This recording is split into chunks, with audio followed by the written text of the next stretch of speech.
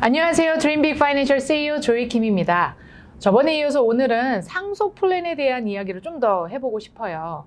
저번에 저희가 파워 오브 어토니 얘기를 했었거든요. 그래서 상속, 만약에 내가 그런 날이 올까라고 생각을 하시는 분들도 있을 거고, 또 돈이 많으신 분들만 해야 된다고 생각하시는 경우가 있을 텐데, 제가 저번에 영상을 찍으면서 또 변호사님하고 말씀을 나누면서 중요한 것은 내가 이것을 인지하고 또 젊었을 때라도 필요한 부분이 상속 플랜이겠구나라는 생각을 했습니다. 꼭 나이가 들어서가 아니라 여러분들이 재정 관리를 생각하시면서 이 상속 플랜, 이 깊고 넓은 이 세계 하나하나씩 아신다면 여러분들도 지혜롭게 또 상속 플랜을 만드실 수 있을 것 같습니다. 네, 오늘은 파워 오브 어토니, 그 파워 오브 어토니에서 재정위임장하고 건강의료위임장이 있었거든요. 이것과 더불어서 한 가지 마지막 가장 중요한 기본 문서가 있다고 했어요. 그래서 그 상속 플랜의 세 번째 중요한 그 기본 문서 무엇인지 오늘 얘기를 나눠보도록 하겠습니다. 상속 전문 변호사 우리 김인구 변호사님 모셨는데요. 안녕하세요. 안녕하세요. 네, 저번에 이어서 오늘은 세 번째 기본 문서, 그거에 대해서 한번 좀 이야기를 해볼 텐데요. 그게 무엇인가요? 예, 그것은 유언장입니다. 유언장. 예, 네. 다들 알고 계시는 것처럼 이제 will이죠. 그래서 유언장은 한 사람이 내가 사망하고 났을 때 나의 자산들이나 이런 것들을 어떻게 정리해서 누구에게 잘 전달해 줄 수 있을지에 대해서 미리 적어 놓는 문서입니다. 네, 보통 유언장이 많이들 들어보셨을 텐데요. 그냥 집에서 만드는, 그냥 써서 만들어 놓으면 되는 게 유언장인지 아니면 그것을 변호사님을 찾아가서 만들어야 되는 게 유언장인지. 예, 만약에 어떤 조지아 주가 요구하는 특별한 그런 형식이 없다면 얼마든지 서서 할 수도 있는데요. 본인 서명만 하고. 근데 조지아의 법이 이제 요구하는 몇 가지 형식들이 있기 때문에 네. 대개지는 그 형식이 뭔지 잘 모르기 때문에 그렇죠. 변호사를 찾아가서 이제 만드는 경우가 많이 있습니다. 아마도 그게 더 편할 것 같습니다. 예. 유언장이라는 거 그러면 한번 장점과 단점을 한번 보도록 하겠습니다. 많은 분들이 유언장을 말씀은 많이 들으셨지만 이거에 대해서 구체적으로 또 어떤 부분은 내가 미스하고 있는지를 잘 모르시거든요. 장점과 단점 한번 좀 이야기 부탁드립니다. 유언장의 장점이라고 한다면 이제 유언장이 없었을 때 어떤 일이 발생하나 이런 것들을 얘기해 볼 수 있을 텐데요.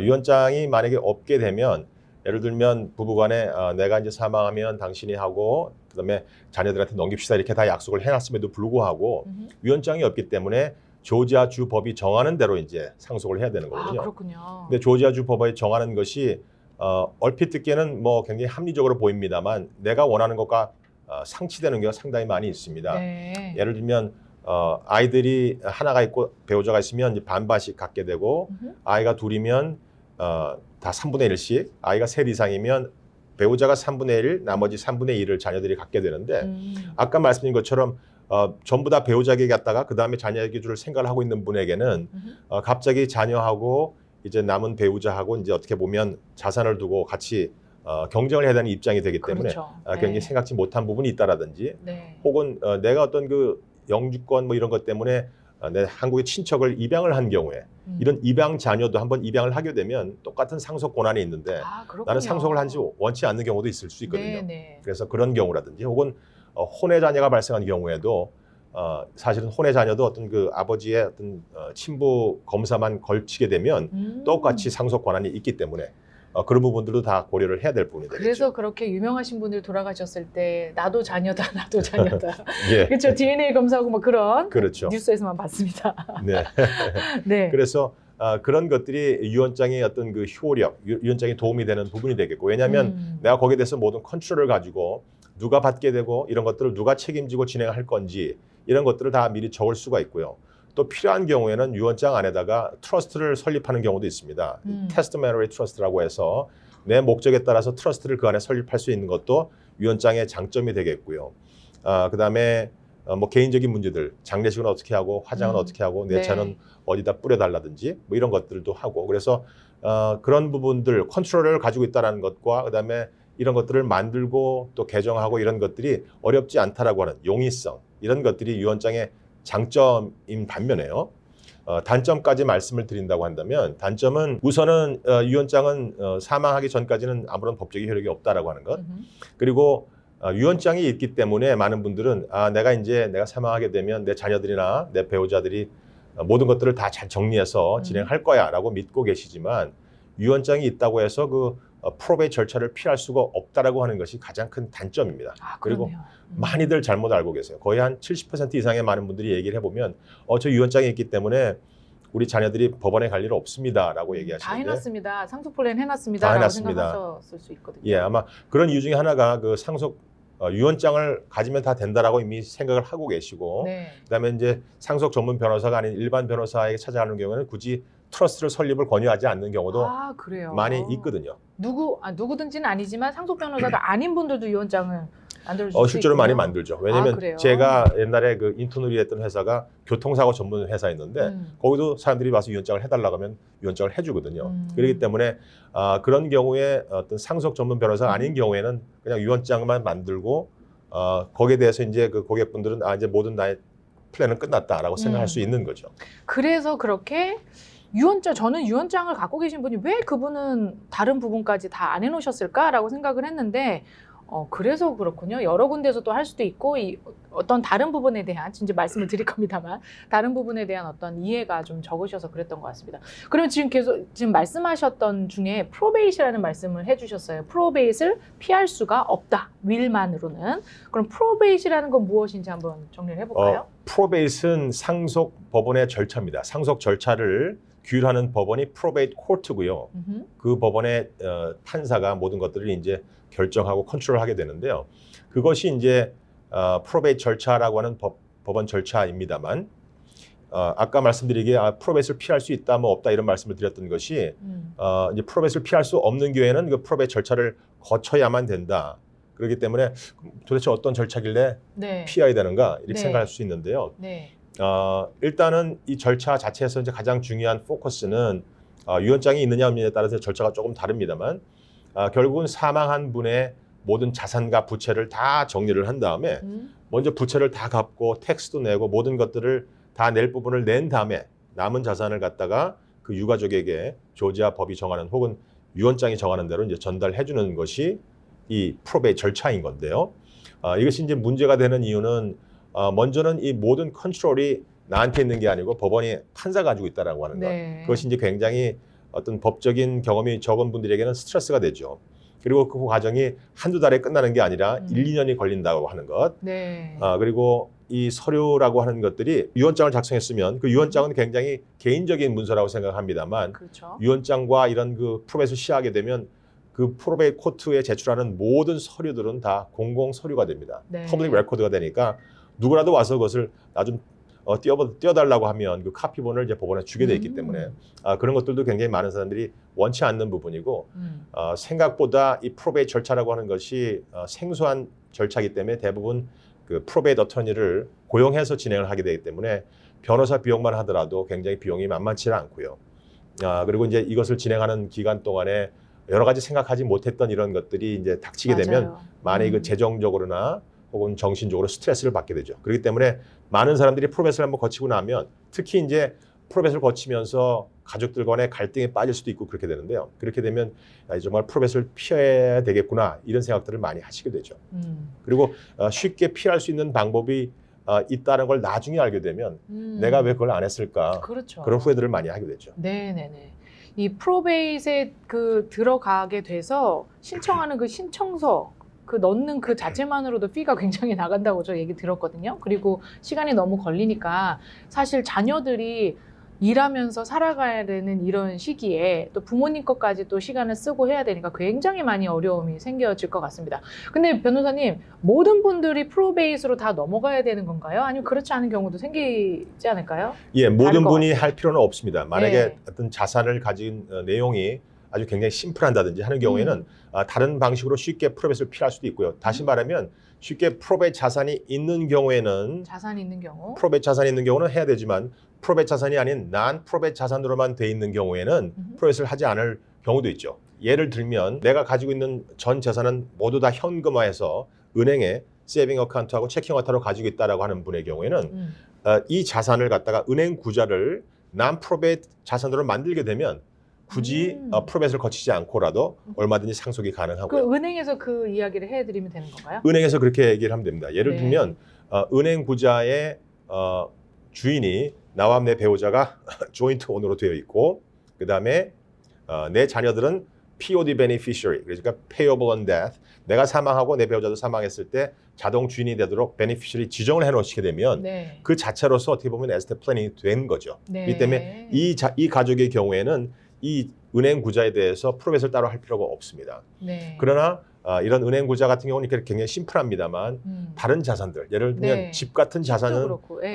간단하지가 않죠. 왜냐하면 이렇게 베네피시를 지정해 놓을 수 있는 것도 아니고 집의 소유권은 deed라고 하는 그런 집 문서를 그 증서를 통해서 많이 되게 돼 있는데요.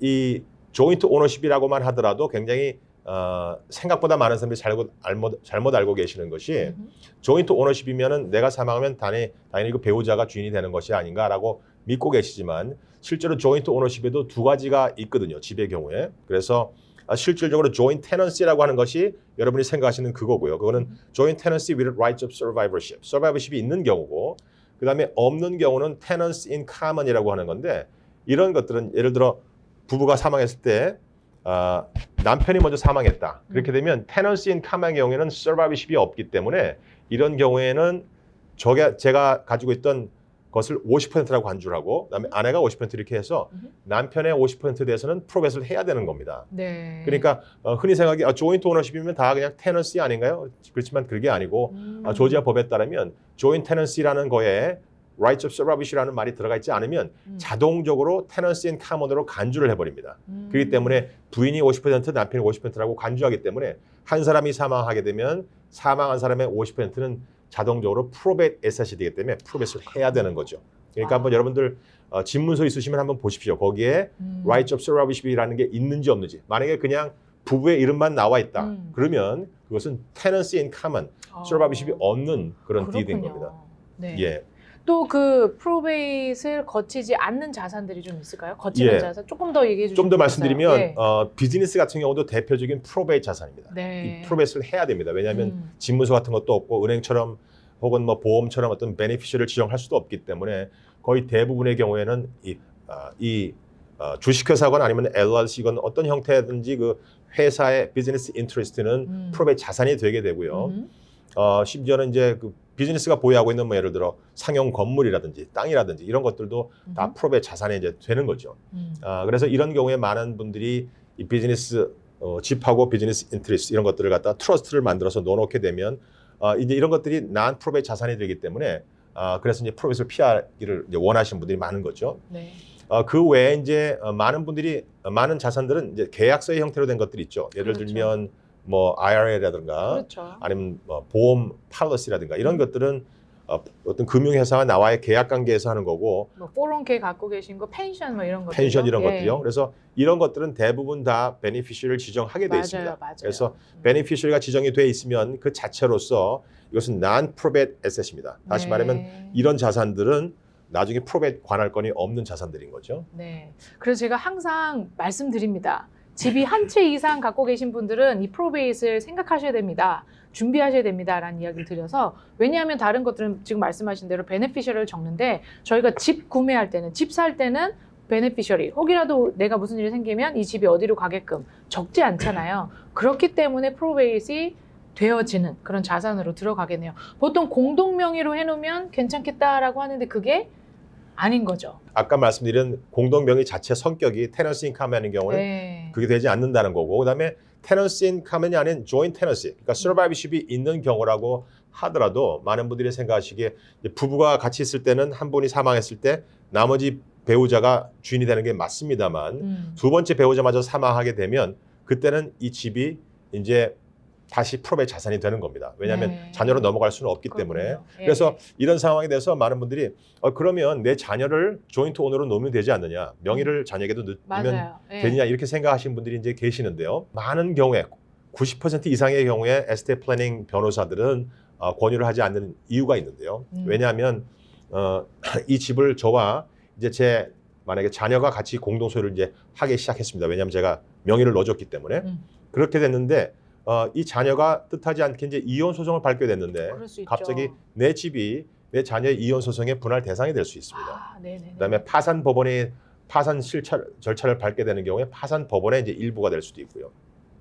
아니면 어떤 굉장히 그 미묘한 감정적인 부분입니다만 살아남은 배우자가 내가 이제 나이가 많고 집이 너무 크기 때문에 이 집을 정리해서 여행을 좀 다녀온 다음에 그 다음에는 뭐 노인 아파트나 아니면 조그만 집에 살고 싶다라고 생각을 하고 이제 그렇게 부동산 업자하고 일을 진행하려고 하는데 그 클로징 어터니가 지금 이 문서에 아드님이 들어가 있기 때문에 아드님의 사인이 필요합니다라고 했는데 아이들이 흔쾌히 사인을 해줄 줄 알았는데 아들이 안 해준 거죠. 네. 어머니 제가 여행 경비는 도와드릴 테니까 이 집은 주세요. 그냥 집은 저에게 온전히 왔으면 좋겠습니다. 말하고 한다든지 네. 이런 그 갈등이 이제 생기는 것도 물론이거니와 이제 가장 큰 이유 중에 하나는 굉장히 그 중요한 재정적인 문제 이유인데요. 이 집을 갖다가 자녀를 증여를 통해서 주게 되면 이 집을 받는 자녀가 처음에 집값, 처음에 그 샀을 때 집 코스트 베이스를 그대로 이제 넘겨봤기 때문에 나중에 팔게 되면 이 베이스하고 그다음에 실제로 시세하고 그 차이만큼 그 롱텀 캐피털 게인 텍스를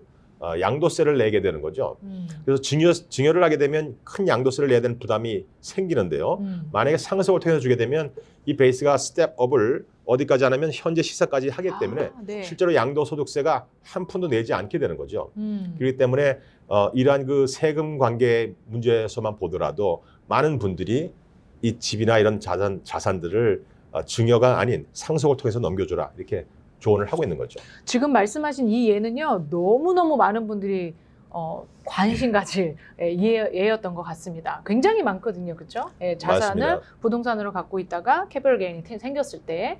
자, 그러면 지금 정리를 한번 해보면 돌아가시기 전에는 파워 오브 어토니, 그렇죠?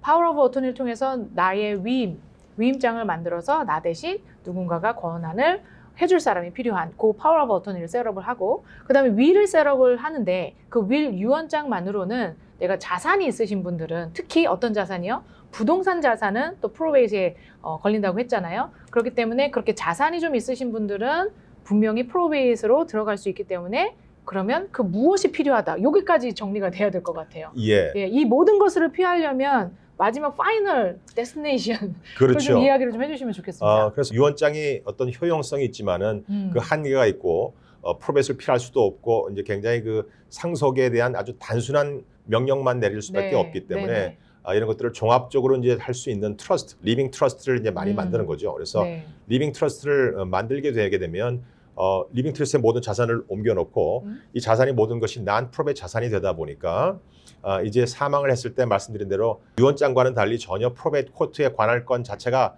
생기질 않기 때문에 이 코트 간섭 없이 가족끼리 모든 것들을 진행할 수 있고 또 사망하시기 전이더라도 예를 들어 법적인 능력이 상실했을 때에도 어떻게 보면 파워 오브 어토니보다 더 강력한 그런 권한을 가진 나의 그 대행인이 석세스 트러스티가 일을 진행할 수 있기 때문에 그런 면에서 이 리빙 트러스트를 많이 권유하고요. 실질적으로 리빙 트러스트 안에 만약에 내가 좀 더 여러 가지 구체적인 그런 도움이 필요하다. 예를 들어 내 자녀 중에 한 사람이 스페셜 니드 퍼슨이다. 아니면 내 자녀 중에 한 사람이 돈을 흥청망청 쓰는 자녀이기 때문에 어떤 시기적으로 나눠서 좀 돈을 상속하고 싶다. 이런 모든 것들을 컨트롤할 수 있고 규율할 수 있는 문서를 트러스트 안에 넣게 되게 되면 훨씬 더 깊이 있고 내가 원하는 것에 근접하면서도 법원의 간섭 없이 모든 것들을 가족끼리 독자적으로 진행할 수 있는 그런 기틀을 마련하기 때문에 리빙 트러스트를 굉장히 많이들 선호를 하고 있고 많은 사람들이 그것을 이제 알게 되면 그렇게 비용이 많이 들거나 하는 것이 아니기 때문에 이제 그런 것들을 하게 되는 거죠. 네, 리빙 트러스트까지 왔습니다, 여러분들. 제가 보니까 조금 더 깊고 넓은 세계가 그 안에 또 있는 것 같습니다, 그렇죠? 예. 네, 마지막 질문을 하나를 좀 드리고 싶습니다. 유언장을 작성하실 때 내가 어느 곳에 살았는지, 혹은 내가 돌아가셨을 때 어느 곳에 살았는지, 유언장의 효력이 주마다가 다를 수 있다라고 말씀을 하셨었는데 그러면 그 유언장 어떻게 해야 되나요? 자산이 분산이 돼 있을 수도 있고요. 예, 먼저 이제 유언장은 프로베이트 법원하고 이제 연관져서 해야 되는데 프로베이트를 해야 되는 장소는 그 사망한 장소입니다. 사망한 장소. 사망한 장소의 카운티에다가 그 카운티의 프로베이트 코트에다가 유언장이나 모든 서류를 접수하는 거죠. 그렇기 때문에 어떻게 보면 그 카운티가 속해 있는 그 스테이트가 가장 중요한 게 되겠지만 그렇기 때문에 보통 사는 것과 유언장을 만드는 것이 이제 일치하겠죠. 그러나 유언장을 만들 때 그 효력 자체는 그 실질적으로 유언장을 작성하고 집행한 그런 주의 법에 따라야 되기 때문에 만약에 내가 이동할 필요가 있다라고 한다고 하면 그런 것들을 미리 에스테이트 플래닝 변호사하고 어떤 주법에 맞춰서 할 것인지 미리 생각해 놓은 게 좋겠고요. 그다음에 만약에 내 자산이 여기 조지아만 있는 게 아니고 다른 테네시나 알라바마에도 만약에 있다라고 그럴 수 한다면 있죠. 네. 내가 유언장을 조지아에 유언장을 써놨지만 그러나 실질적으로 이 유언장을 테네시 법원에도 제출해야 되고 그다음에 알라바마 법원 그러니까 세 군데에서 프로베이스를 진행해야 되는 거죠. 그렇군요. 그러니까 뭐 사실 프로베이트 하나 하기도 굉장히 힘들고 어려운데 세 군데 하게 되면 너무나 많이 힘들겠죠. 그렇죠. 이 어려운 거 해결할 수 있는 방법이 있습니다. 여러분들 그 세계로 다시 또 모시고 갈게요. 자, 오늘은 어쨌든 이 유언장, 프로베이트 요 두 가지에 대해서 좀 정리가 되셨을 것 같고요. 이것들을 해결할 수 있는 리빙 트러스트 그 편으로 조금 더 디테일하게 들어가 보도록 하겠습니다.